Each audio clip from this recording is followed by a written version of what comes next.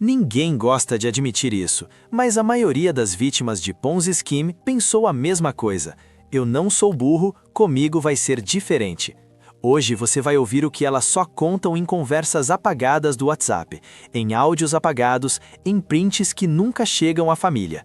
Se você curte True Crime, especialmente crime financeiro, fica comigo até o fim, porque tem coisa aqui que parece óbvia, só depois que você perdeu tudo. Eu sou o Paulo, este é o nosso canal de True Crime financeiro. E aqui a gente transforma golpes de investimento em quase um documentary, estilo True Crime podcast visual, sem rosto, mas com história real, conversa real e dor real. No vídeo anterior, a história sombria de Charles Ponzi, documentário, a gente foi para a raiz do golpe. Hoje você vai ver o outro lado, as vítimas. Então já se inscreve, ativa o sininho, porque a ideia desse canal é simples. Cada episódio te deixa um pouco mais imune a Ponzi Scheme, pirâmide financeira, golpes de cripto e outros scams. O mistério de hoje não é como o golpista enganou todo mundo, mas por que pessoas inteligentes, desconfiadas, que juram que nunca cairiam, ignoram sinais gritantes. Eu vou te mostrar 3 casos reais, com conversas recriadas e totalmente anonimizadas, de gente que perdeu desde o 13º até o dinheiro emprestado pela mãe.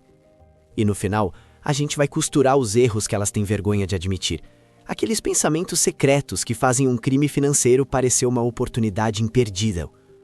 Mas presta atenção, enquanto você escuta, tenta se perguntar o tempo todo, em qual pedaço dessa história eu poderia ser eu? Oportunidade imperdível. Mas presta atenção, enquanto você escuta, tenta se perguntar o tempo todo, em qual pedaço dessa história eu poderia ser eu? Antes dos casos, rapidinho, Ponzi Scheme é basicamente um esquema em que o lucro dos antigos é pago com o dinheiro dos novos. Não é investimento, é redistribuição de trouxa para trouxa, até que não entra gente suficiente e o castelo desaba. Foi isso que o Charles Ponzi fez lá em 1920, com cupons postais, e é a mesma lógica que hoje aparece embrulhada em finanças moderno, cripto milagrosa, fundos secretos, robôs de negociação imparáveis. O nome muda, o discurso fica mais técnico, mas o padrão mental que captura as vítimas é sempre o mesmo. Caso 1. Vamos chamar nossa primeira vítima de Carla. 30 e poucos anos, 2 cartões estourados, empréstimo consignado, um filho pequeno. Num print recreado do WhatsApp, ela escreve para a amiga: "Amiga, eu não aguento mais, salário entra e já sai tudo em dívida." A amiga responde com aquele texto que você provavelmente já viu: "Olha, eu entrei num investimento top, não é pirâmide, é um fundo privado, paga 15% ao mês, garantido. É o único jeito de sair das dívidas rápido." Carla responde: 15%? Isso não é golpe, não? E vem o clássico: "Relaxa, se fosse golpe já tinha parado, tá todo mundo ganhando, meu cunhado já sacou 2 vezes." Agora presta atenção nessa parte. Em um áudio que a gente reencena, a Carla admite para a amiga: "Eu tô com medo, mas não tenho mais opção. Se eu continuar assim, vou morrer devendo." Ela não entra porque acredita de verdade no negócio. Ela entra porque está desesperada por um atalho. O consultor marca uma reunião no escritório bonitinho, contrato cheio de letra miúda, fala de operações de arbitragem, de diversificação avançada no mercado global. Mas quando a Carla pergunta: "E se der errado?", a resposta é: "Não tem como dar errado, senhora. É investimento garantido." Ela sente que tem algo estranho, mas assina mesmo assim. Esse é o erro que quase ninguém admite. Você não ignora o sinal de alerta porque é burro. Você ignora porque dói demais enxergar a realidade. 2 meses depois, os prints mudam de tom. "Oi, sumido, meu saque não caiu ainda." O suporte responde: "Sistema em manutenção, prazo estendido para 5 dias úteis." 5 dias viram 15. No último áudio que ela manda, a voz já vem trincando: "Moço, é o dinheiro do meu filho, eu não posso perder." Silêncio. Grupo apagado. Site fora do ar. A parte que mais machuca a Carla não é só ter caído num Ponzi Scheme, mas ter que olhar para o marido e dizer: "Lembra o empréstimo que a gente pegou para quitar o carro?" Então, ela me contou que até hoje tem pesadelo e que a pior frase que repete na cabeça é: "Eu sabia. Lá no fundo eu sabia." Mas espera, porque se aqui o atalho era sair das dívidas, no próximo caso o que vende é status. A sensação de estar no grupo VIP que sabe das coisas. Caso 2. Lucas, 24 anos, já tinha conta em corretora, mexia com cripto, seguia influenciadores de investimentos. Ele se achava ligado, um cara que não cairia em pirâmide financeira de jeito nenhum. Um dia, entra num grupo de Telegram com um nome irresistível: Cripto Alpha VIP, lucro consistente. Logo nos primeiros prints, você vê aquela chuva de mensagens. Mais 3% hoje, pago. Mais um saque liberado, valeu família. Acompanhadas de prints de extrato e gráficos subindo. O mentor do grupo explica: a gente usa um robô de arbitragem em cripto. Ele compra barato numa corretora, vende caro em outra. Lucro sem risco. Meta, 3% ao dia. Agora repara, o Lucas até desconfia. Ele manda no privado. Mas 3% ao dia não é meio absurdo? Isso dá mais de 1000% no ano. A resposta vem pronta. Você está pensando como investidor convencional. Aqui é tecnologia, é outro jogo. E para te provar que é sério, faz assim. Coloca um valor pequeno, saca daqui a 7 dias, se não gostar, sai fora. Ele coloca R$1.000. Em uma semana, o painel mostra 1.210. Ele pede saque, cai na conta. A desconfiança vai embora na mesma hora. Ele entra pesado, depois chama o irmão, a namorada, 2 colegas do trabalho. E é aqui que o Ponzi Scheme se alimenta, do efeito manada, do tá pagando, então é real. E aqui é onde fica pior. Quando começa a travar saque, o discurso muda para estamos mudando de corretora por causa da CVM, é só ter paciência. Alguns do grupo conseguem sacar valores pequenos e mandam prints de comprovante, reativando a esperança. O Lucas, com medo de ficar para trás, faz o oposto do racional, coloca mais dinheiro para aproveitar o último ciclo forte. Quando tudo some, ele não tem coragem de contar para os amigos que indicou. Nas palavras dele, que a gente recria num depoimento em off, eu não caí porque não entendia de cripto. Eu caí porque achei que entendia demais, que isso me deixava imune a golpe. Esse é o outro erro escondido, confundir um pouco de conhecimento com blindagem total. Mas espera, porque o terceiro caso mostra o golpe mais traiçoeiro de todos, aquele que usa justamente o seu esforço em se informar para te capturar. Caso 3. Rogério, 42 anos, administrador, leitor voraz de livros de economia. Ele acompanha debates sobre global economy, inflation, debt crisis, assiste entrevistas de gente como Peter Schiff, James Turk, Edward Griffin, Mike Maloney, Jim Puplava, Adam Ferguson, Tim Del Mastro. De novo, essas pessoas não têm nada a ver com crime. São analistas, autores, comentaristas. O problema é como o golpista usa o nome delas. Num e-mail de convite exclusivo, que a gente reconstrói visualmente, o assunto é como proteger seu patrimônio da maior crise da história moderna. No corpo do texto, frases em negrito.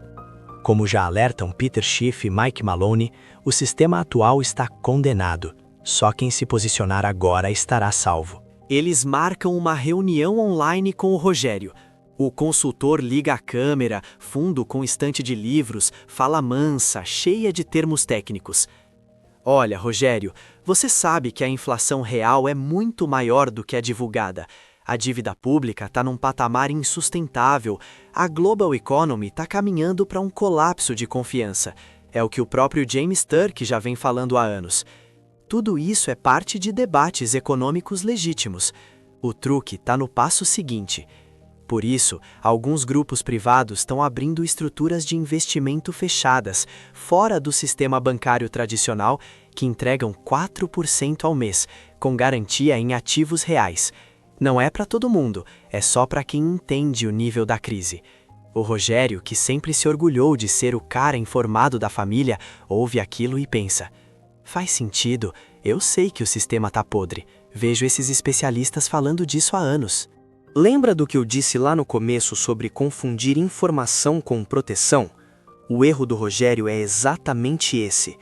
Ele não percebe que o golpista só recortou pedaços de vídeos e livros sobre inflation e debt crisis, misturou com promessa de rendimento fixo alto e exclusividade, e serviu tudo como se fosse uma solução coerente com o que ele já acreditava.